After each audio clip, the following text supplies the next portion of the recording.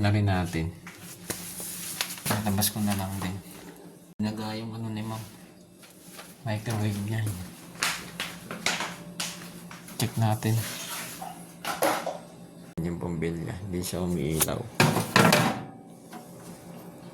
Kala mo may spider sa loob. Yun o sira na. Putol na. Hindi na to iilaw ma'am yung bumbilya.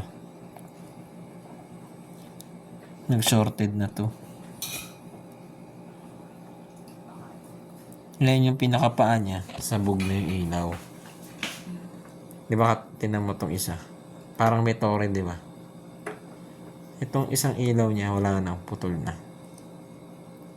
Pero wala namang effect yan kung Wala namang effect yun sa ilaw. sa painit. Oo. Ay, pero ano, kumukonekta din kasi ito eh. Pag shorted yung ilaw, Hindi hindi siya... try mo na ilaw mo na. Oo. Hindi. Pag gagawin natin, negative, positive pala to. Hindi pala to pwedeng pagdikitin kasi ilaw pala to.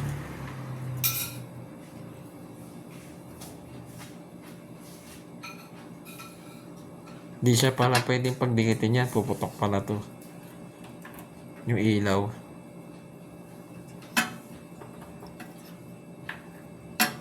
Hindi siya pwedeng pag-bypass. Jumper. Kasi negative, positive ang ilaw. 230 volts. Hindi siya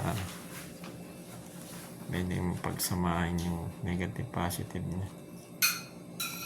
Check ko kung lumalakas na 220 volts. Ito. Testerin ko yan. Tapos papaanda rin natin. May extension kayo dyan, ma'am. Nalalaman natin kung may 220 ditong lalabas. Papuntang transformer. Ito yung magnetron.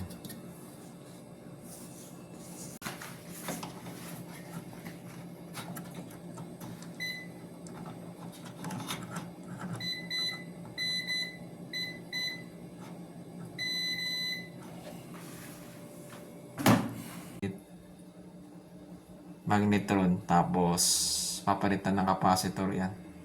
Tsaka ano, isang high voltage diode. Hindi daw nainit tas walang ilaw. Ngayon na yung problema niyan, magnetron. Sige po. Meron akong magnetron sa bahay niyan eh. Kasi ano, sa bahay pa. Kunin ko na lang. Tapos, punta ako na lang dito pag may pyesa na ako. Dala. Tanong mo na lang din po kay madam po. Oo, tanong ko na lang sa... Ay, pero ano rin ako ng konti.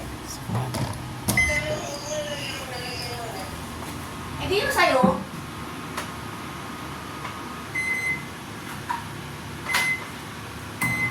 Kaya na, may ilaw na. Wow! Okay na yung ano. May ilaw na.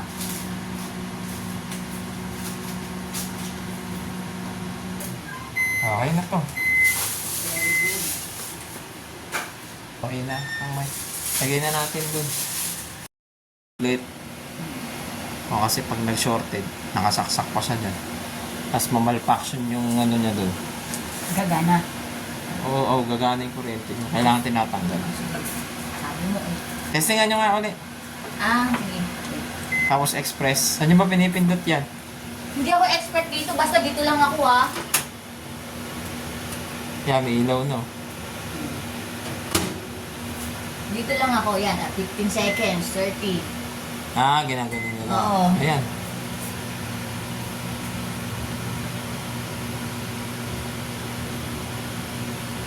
Okay na ang microwave. Mas madali para minute May warranty pag ba 30 yan? seconds. Meron. Mga ilang weeks. 2 months. Yun. 6 months na. Ang tagal yun.